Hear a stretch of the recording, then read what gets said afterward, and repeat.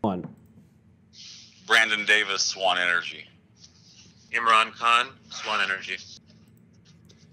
All right, everything looks good. So let's talk about today, what's going on. Now, as we're talking about this, we don't have a president of the United States elected yet. I've been hearing all kinds of rumors about if the election happens, certain companies are going to react in certain ways, and the market's going to tank, and all these different things are going to happen. So I thought we'd bring in, of course, Imran Khan, Brandon Davis, Swan Energy to talk a little bit about their thoughts, their reactions, their feelings on if it is going to make a hill of beans difference or if there is going to be some sort of impact about what's going to happen. Because, you know, as we kind of sit right now, there's a lot of uncertainty in the marketplace right now due to this election. And, of course, uncertainty always, you know, makes people wonder. But you guys seem to be moving ahead, closing deals, staying busy, staying active. So let's talk a little bit about, is the election affecting your office place at all? Are you guys kind of maneuvering at all in any different direction? Or talk to me about what's going on. First of all, how's life treating you guys? It's so unfair, Jason. Life is so unfair. I'm kidding. If you want fair, you got to get on the bus, buddy. That's right. That's true. Yeah, I of course, the whole situation here, I think, is probably impacting everyone in the country because it's unprecedented and very concerning, and also it shouldn't. So, you know, it's hyped up, it's media hyped, it's emotional hype. There are people that are angry, there are people that are happy. At the end of the day, I look at it like a situation from a business perspective. We just need to figure out what's going to happen so we can plan and go forward. That's all there is to it. What the result is really not relevant. It just needs to have one. Yeah, I think that there's so many different moving parts right now with, you know, the House, the Senate, the presidential election. A lot of this stuff, you know, probably should be hopefully finished off hopefully early next week. I was going to say today, but I don't know if it's today. I don't think so. It doesn't look like it right now. I think it'll be in a month. Oh, man. It's going to be dragging on a little bit. Well, it certainly seems to be a different direction in terms of if they're talking about, you know, transitioning or eliminating fossil fuels, or Trump, you know, continuing with the lifestyle that we're all accustomed to.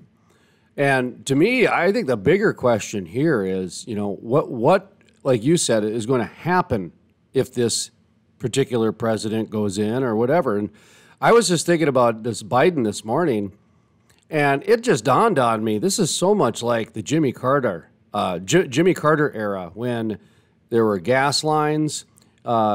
We have lines for toilet paper and rice.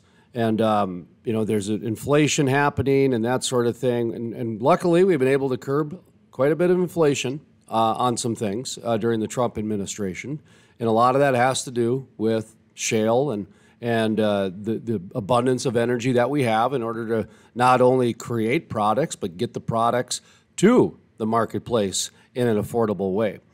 But I see if this Biden thing happens, or even a transition away in the next 10 years or 15 years or whatever it might be, you might be seeing European prices on things, $6 Cokes, and energy bills 4 or 5 times. I mean, if natural gas goes up to $8, you know, that's going to be an increase on the residential and the commercial heating bills. And you guys know what I mean, to where these are two really big extremes in the marketplace here. They are. Yeah, I think the market right now, you know, so it's interesting that you bring all that up. It's, you know, if you look at the stock market, the Dow Jones this week it's been pretty positive, even with everything the way that you know, the way it was. And I think part of that was probably because of, you know, what the Senate looked like.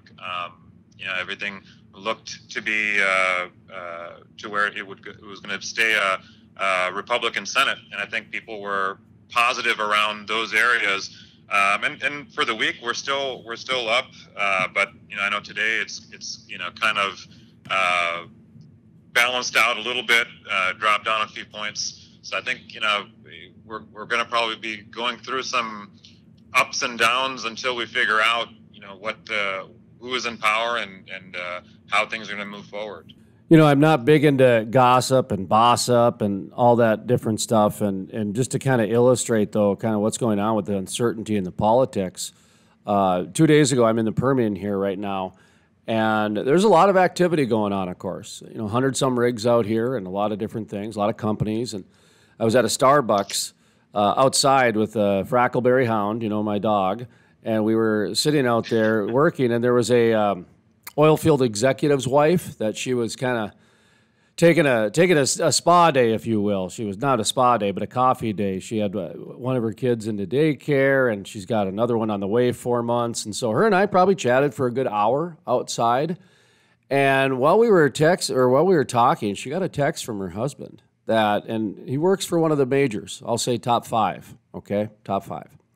And they had an emergency meeting about how many people they might lay off if Biden gets elected, and up to half they were talking about. And and I looked at her and I said, man, that's an amazing reaction over something that's not finalized yet. So it just shows how people are kind of shifting some resources to react and taking time and moving some different directions to where they're preparing for all kinds of different things. And this morning here, I pull up an article, and I'm seeing that, no let up for oil and gas borrowers, and another story about how nobody can find financing in oil and gas. And I'm going, well, the guys at Swan Energy are talking to these guys at the Texas Bank, and they're getting all kinds of great deals and working together, putting people together. So let's talk a little bit about the financing that you guys have seemed to find, whether it's through this Texas bank or whether it's pooling people together. Let's talk about that a little bit, the strength in numbers, if you will, to help people visualize how to get through these times that are very uncertain, if you wouldn't mind. We've got probably, we're juggling about 4 or 5 different projects right now, looking at different things. And, it's funny that you bring up banks, because I did reach out to our banker earlier this week just to kind of chat with them, just to see if how things were going, and I probably do that pretty regularly over at First Capital Bank of Texas. Marcus Verdreen is our bank representative, a great guy, and I reached out to him just to kind of see how things were going, what his thoughts were around things, and as of right now, he was still very positive about doing the deals and things like that we've got planned already. So I think that was very positive from that standpoint. From our end of things, I think one of the main reasons why he's positive and it looks good is that it gives us an opportunity to be able to evaluate things better, right? So obviously we're going to do what makes sense depending on what election results are and how things kind of move forward in the next month, and we want to be able to have the right opportunities set up, and that's pretty much where we're at right now. It's kind of framing a lot of what 2021 is going to look like. Brandon, how about when it comes to transparency? I know that's a big, I want a chief mission, if you will, a driver that you've got at Swan Energy as the CEO. Transparency and trying to make sure people are up to date on anything that they necessarily want to be up to date on. You're very upfront that, hey, this is a risky deal and it might not be for you. I mean, you're kind of a little over transparent at times, to be honest. So he is, isn't he? I've never seen a guy take away so many deals. There are people that would disagree with that.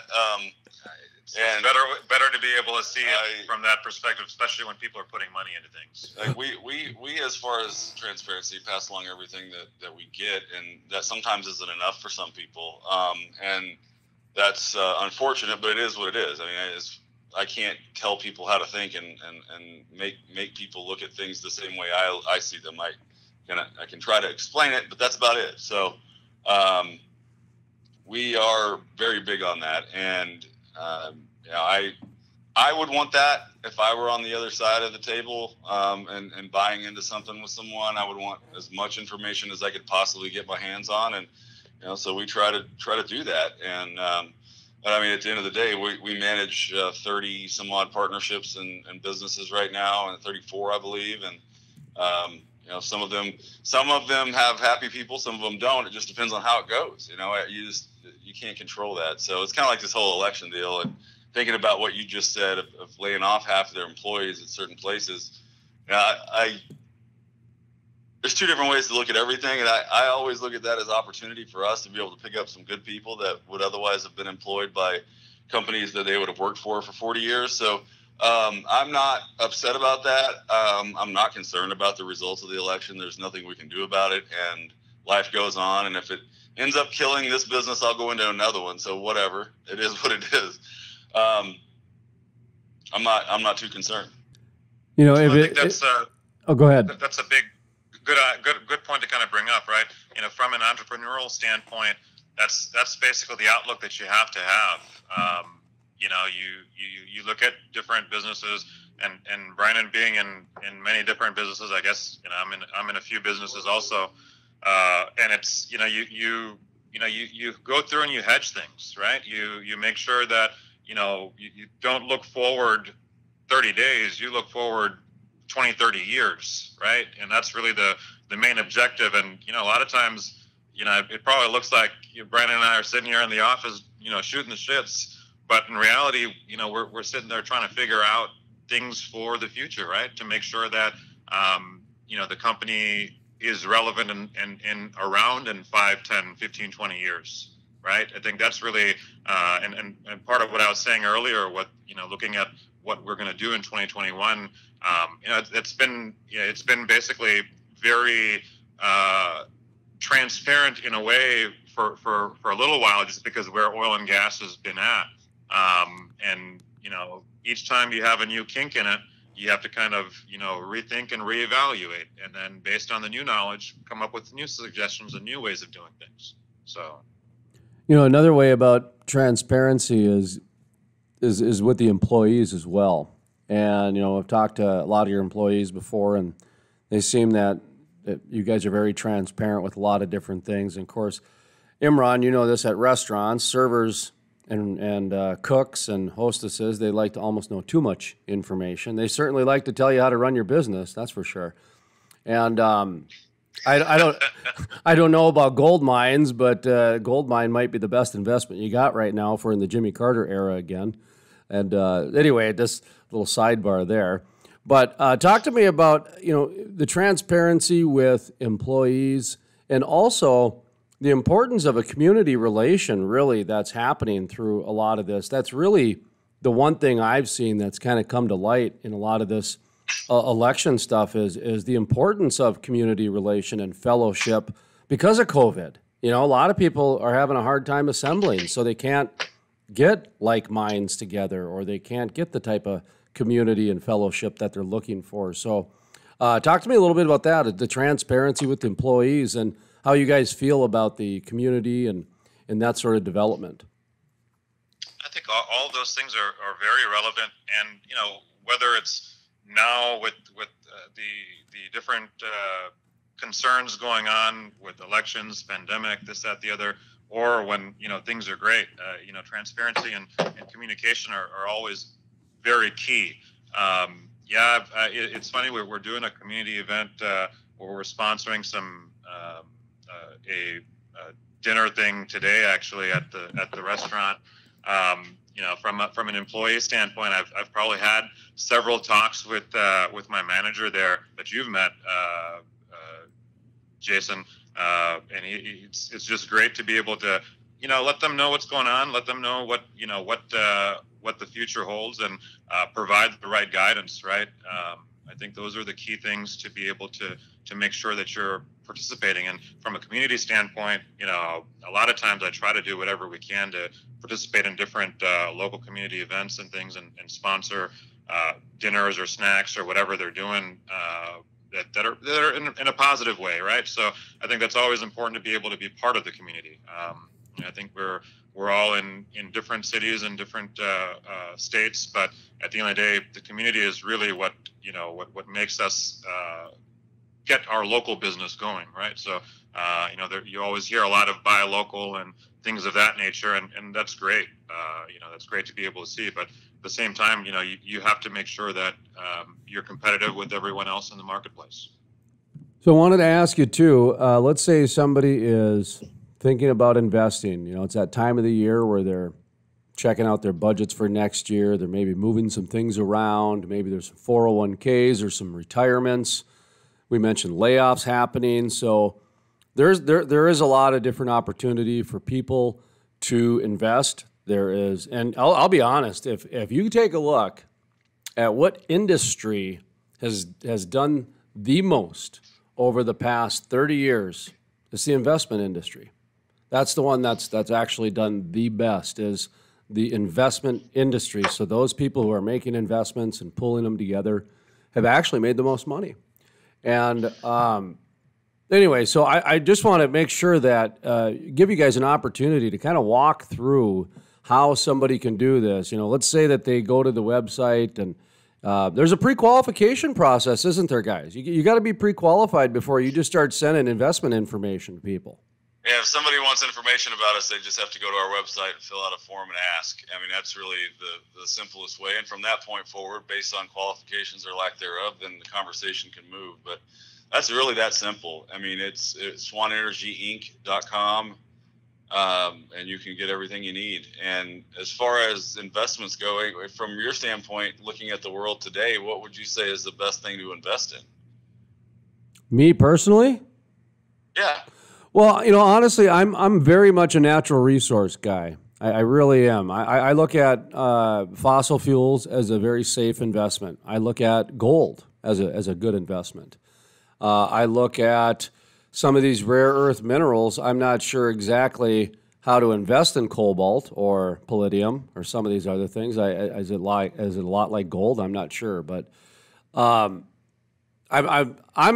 look at natural resources as such a safe investment, and there are times where you can do really well because they spike up in price. But if you're looking at something over the long haul, it'd be like that. I think real estate's going to get very good in the next 6 months. I think after this winter, you're going to see, whether it's Airbnbs or second lake home properties or things like that, I think you're going to see a pretty good opportunity in there. If you want to buy a camper right now, go to Craigslist or Facebook Watch, and you can get all kinds of people unloading things like that. Right now, you're seeing a lot of the residential, what do they call that? Frivolous things. The people don't need. Those are kind of going and that sort of thing. But that's how I don't know. I'm not sure. That's kind of my opinion, I guess. Natural resources and then real estate second. So I'm not sure if I answered your question or not, but you did. I mean, at the end of the day, I agree with you. And gold is obviously we'll see what comes, but it could definitely even get better than it already has. But let me interrupt you for just 1 second. And oil too. Let me interrupt you for just a second, and then you can continue with oil. Yeah. But gold, you actually own the mine, so it's a little bit different investing in gold. Me, I go to the store and the gold store, and I buy some gold from Jack Seaman from he's our gold proprietor in Fargo, and go home, put it in my safe, and call it a day. I mean, you actually own the mine. So, I mean, is that a good investment? I don't know. I mean, it just seems like there's a little bit more involved with what you're doing. Yeah, you have to produce it, and you have to produce the gold for less than it costs. To get more gold than you have costs, and it's a challenge. Gold mining is not easy. Oil and gas is a lot less complicated. I'll tell you that. As far as the raw materials you're talking about, there are public companies that own specific assets and different natural resources, whether that's oil and gas, steel. What were you talking about earlier? Iridium or something? Oh, palladium. Whatever. Palladium is actually. You can find it. Yeah. Go ahead. I think the main thing is, it's more of to Brandon's point, it's more of what your knowledge base is around and what you're comfortable with, right? I think that's really the bottom line around the different areas. And I totally agree with you, Jason, around natural resources. At the end of the day, you have to be able to, you have to have energy to be able to move, right? So.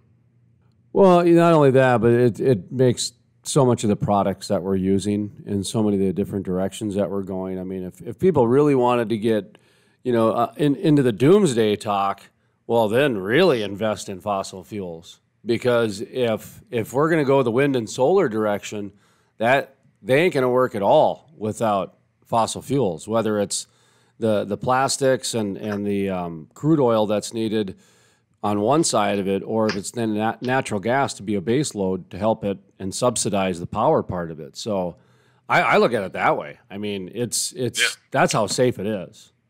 But so that's a good way to look at it for sure. And we'll see what happens with the vote counting between now and next time we talk. And hopefully we'll have some resolution by the end of the week next week. We'll see.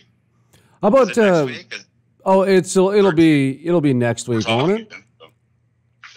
I think they said 13th is the last day of votes coming in. So I'm just wondering if it's going to be next week or when it's going to be that these guys will have everything together.